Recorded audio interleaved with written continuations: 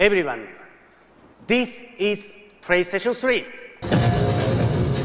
Седьмое поколение игровых консолей, вышедшее в середине нулевых, принесло с собой одно из важнейших нововведений в игровой индустрии, которое изменило то, как работают видеоигры. PlayStation 3 и Xbox 360 стали первыми подключенными консолями со своими онлайн-сервисами Xbox Live и PlayStation Network. Благодаря этим сервисам очень быстро набрала популярность такая вещь, как онлайн-мультиплеер, и если раньше по сети рубились в основном 3,5 компьютерных гига, кому не лень было настраивать сервер, то теперь это стало массовым явлением, вовлекшим в себя миллионы игроков, от маленьких казуалов до пробитых хардкорщиков. Однако я, несмотря на свой почти 15-летний геймерский стаж, до сих пор в это явление не вовлекся, да и вряд ли это уже вообще когда-нибудь случится, и на то есть свои причины. Очень часто мультиплеер — это соревнование. Где-то командное, где-то каждый сам за себя, где-то мы гоняем на машинках, а где-то стараемся застрелить как можно больше людей на карте в Call of Duty. Есть миллион разных комбинаций жанров и режимов, но их все объединяет одно — это соревнование с другими людьми, со всеми вытекающими отсюда последствиями. Главное из которых — всегда надо действовать быстро, из-за чего не получится расслабиться и получить удовольствие. У вас всегда должна быть максимальная концентрация, чтобы реагировать на изменения в игре настолько быстро, насколько это физически возможно, иначе вы рискуете или проиграть сами, или вообще подвести свою команду, а это прямая дорога к фрустрации.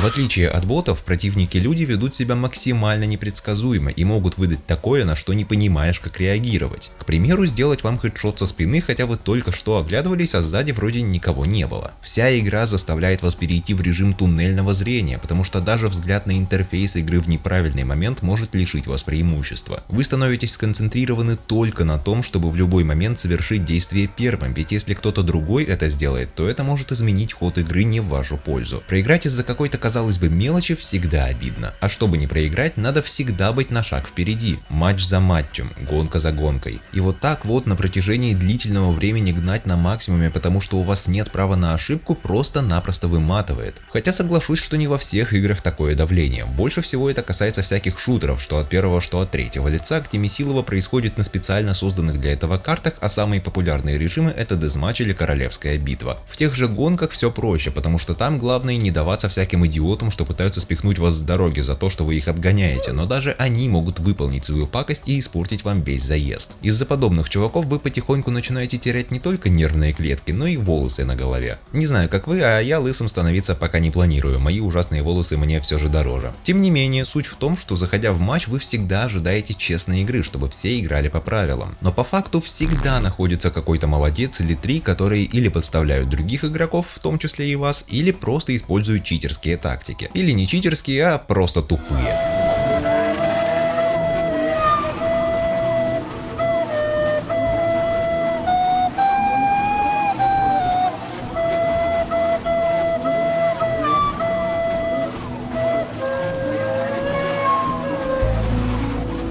Это убивает все веселье, а в конце еще и лишает как минимум части выигрыша. Ну и да, в принципе, читеры тоже попадаются, и в таком случае лучше вообще сразу валить с этого сервера. Отсюда мы плавно переходим к другому виду мультиплеера, который уже не настолько соревновательный, а больше похож на песочницу. Например, как в GTA 5. Вот серьезно, если вы играете в GTA Online, то расскажите, почему вы это делаете, в чем секрет, почему спустя 7 лет после выхода игры он все еще настолько популярен. И я говорю с позиции человека, который сам когда-то всадил в нее часов 170 и, каюсь, даже один раз купил акулью карту на $500 000. Но и то было только потому, что я играл с друзьями, но потом нам надоело. Последний раз я запускал игру 4 года назад, но даже тогда это была крайне нудная и рутинная вещь. Сгонял на ограбление или выиграл гонку, получил денег. Деньги потратил на новую машину, тюнинг и, может, еще какие-то шмотки. Деньги закончились, снова гонка, снова ограбление, а потом с выигрыша еще одна машина, ну или недвижка, если хочется.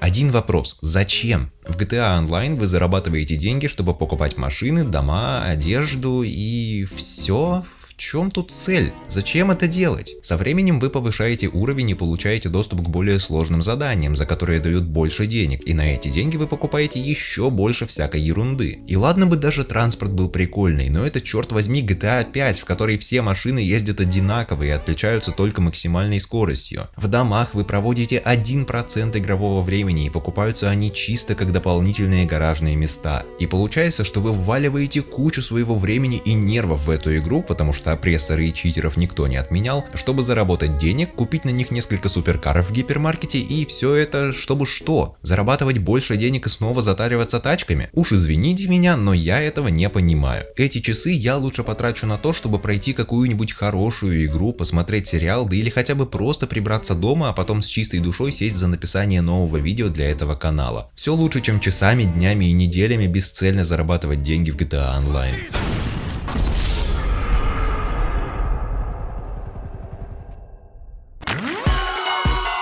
Хотя не все так плохо, как может показаться. Иногда я поигрываю в Fall Guys, и там бывает весело. Во-первых, потому что сам стиль игры весьма забавный, а во-вторых, это мультиплеер, который не ощущается как мультиплеер. Если не хотите, то даже имена над головами других игроков показываться не будут, все равно в этой игре с ними почти не взаимодействуешь. Главное, чтобы вы добежали до финиша или выполнили еще какое-то задание, все остальное не имеет значения. Остальные игроки заняты ровно тем же, и им до вас особого дела нет, чаще всего, поэтому они воспринимаются как NPC. В этой игре вам не нужна реакция трехкратного победителя киберспортивного турнира по CSGO. В этой игре вас очень редко могут действительно нагло обставить. Вы можете просто спокойно играть в свое удовольствие и не обращать ни на кого внимания. Конечно, до тех пор, пока великий рандом не выберет командное состязание, и тогда остается только молиться, чтобы ваши случайные тиммейты смогли удержать в своей зоне арены как можно большее количество мячей. Но в остальном это самый спокойный и ненапряжный мультиплеер, в который я играл. Но при всем при этом даже Fall Guys я запускаю очень редко, максимум пару раз в месяц, и с момента релиза игры в прошлом августе у меня там наиграно от силы часов 15. На PS4 время в игре, увы, не показывается. И главная причина здесь — это однообразие. И относится она не только к игре про пищащие бобы на ножках, а вообще к большинству мультиплеерных игр или режимов. Раз за разом вы заходите в одни и те же режимы, бегаете по одним и тем же картам с одной и той же целью. Единственное, что меняется, со временем вы начинаете играть лучше и выигрываете чаще. Но глобально это не меняет ничего, потому что после выигрыша цикл продолжится, и вы по-прежнему будете посещать одни и те же места, где будете выполнять одни и те же действия, чтобы достигнуть одной и той же цели. Но эта цель не имеет конца, а значит и какой-либо значительной отдачи, пей-оффа, как, например, большой финал интересного сюжета. Этот финал может подарить вам эмоции, создать ощущение завершенности и удовлетворения от того, что история логически подошла к концу. Но в мультиплеере ничего такого нет, он полностью механический. Да, вы можете минутку порадоваться победе или разбить монитор геймпадом, потому что уже 7-й раз за вечер по-тупому слили матч, но это все краткосрочные моментальные эмоции, которые повторяются каждый раз. Уж простите меня за такую аналогию, но лично у меня это вызывает ассоциации со всякими времяубивалками на телефонах. Бесконечные раннеры, вечные однотипные гонки с эмоциональной точки зрения — это то же самое, во всяком случае для меня. Потому что здесь то же самое, игра повторяется бесконечно, и пусть в процессе порой может случиться что-то интересное, но это бывает очень редко, и в конце всегда есть только два исхода. Я победил. И да блин, как так-то можно было просрать? И лишь от человека зависит, насколько его хватит вот так вот раз за разом выполнять одни и те же действия, которые приводят к одному и тому же результату. Правда, Вас?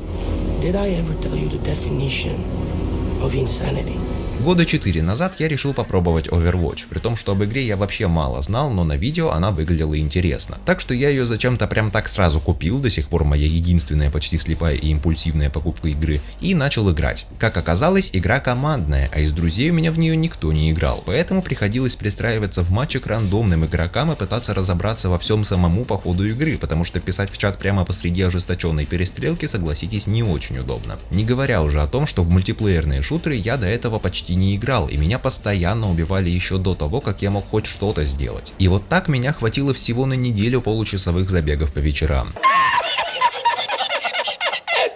Возможно, мой аккаунт Blizzard уже даже отключили за отсутствие активности, но мне настолько все равно, что даже проверять лень. Ну а кто-то играет в Overwatch уже несколько лет, и ему вполне норм, но рано или поздно и этому человеку тоже надоест. Моя мысль в том, что в общем и целом, когда бы вы ни зашли в мультиплеер, там всегда все будет примерно одинаково, и вы каждый раз будете заниматься там примерно одними и тем же вещами, которые будут приносить примерно одинаковый результат. Единственное, что меняется, это ваш скилл, ну и с обновлениями в игру могут завозить больше контента, ради которого вы будете готовы еще несколько вечеров посидеть и повыполнять свою привычную онлайновую рутину. Игра превращается в работу, и удовольствия от нее получаешь уже не так много, ибо все происходит уже почти на автомате. Остается только один вопрос: ради чего играть? Чего здесь можно достигнуть? Ну, стану я играть хорошо, ну будет у меня куча денег и машин в GTA, но что дальше? Игра после этого не закончится, и вы все еще сможете выполнять бесконечное количество заданий, которые вы уже выполнили 100 тысяч раз. И игра навсегда останется такой, вечно незавершенной и всегда заставляющей делать одно и то же. И я уже даже не говорю про то, что мультиплеер это тупо неудобно. Паузы нет, матчи могут быть реально длинные, внезапные проблемы с интернетом тоже могут жизнь подпортить. Порог вхождения может быть очень высоким из-за большого количества уже матерых игроков, которые разделываются с вами на раз-два. А иногда нужно вообще с другими людьми контактировать, просто ужас. Интроверты меня поймут. Так что можете считать меня старомодным, но все эти тренды на онлайн, боевые рояли и прочие фортнайты меня не колышат. Я по-прежнему считаю, что видеоигры должны давать свежий опыт, заставлять переживать разные события, давать отвлечься и отдохнуть, как хороший фильм или книга. Проведя пару-тройку часиков за сюжетной игрой, вы получите гораздо больше эмоций и впечатлений, чем если столько же вы всадите в онлайн. Да и ощущение какого-либо достижения будет, потому что условно вы победили такого монстра, какого доселе здесь еще не видели. Но это еще не все, дальше будет только круче, поэтому вы с нетерпением ждете следующего вечера, когда вы снова сможете увидеть этот мир, исследовать его и справиться с новыми опасностями, которые встретите в нем. Да, однажды ваше путешествие подойдет к концу, вы победите главного злодея, а заняться будет уже почти нечем. Но это будет означать, что в этой истории поставлена точка, игра дала вам все, что может предложить, и не превратилась в бездушную машину, которая работает вечно. За ту недельку-другую, что вы в ней провели, вы не успели от нее прям сильно устать и запомнили ее за те эмоции, что она вам подарила. Запомнили, чтобы потом, скажем, через год вспомнить про нее и пройти еще разок. Как в первый раз уже все равно не будет, конечно, но по ходу прохождения вы наверняка будете вспоминать, как оно было тогда. Может быть даже не саму игру, а то время, которое было связано с ее первым прохождением. Типа ностальгия. В общем, примерно то же самое, что пересмотреть хороший фильм или перечитать книгу. Мультиплеер к этому моменту мог уже закрыться, а если нет, никаких фундаментальных впечатлений он изначально не давал, соответственно и возвращение вряд ли сильно на вас повлияет. Ни один из мультиплееров, в которые я пытался играть, ни разу не вызвал по мне желание вернуться, но каждый хороший сингл я тепло помню, и их я время от времени прохожу заново. С каждым разом открываю в них что-то новое, замечаю то, чего не замечал раньше, и вновь переживаю эмоции, которые может вызвать только эта игра. И поэтому я считаю, что только одиночные игры могут передать всю мощь, что несет в себе сам медиум видеоигр.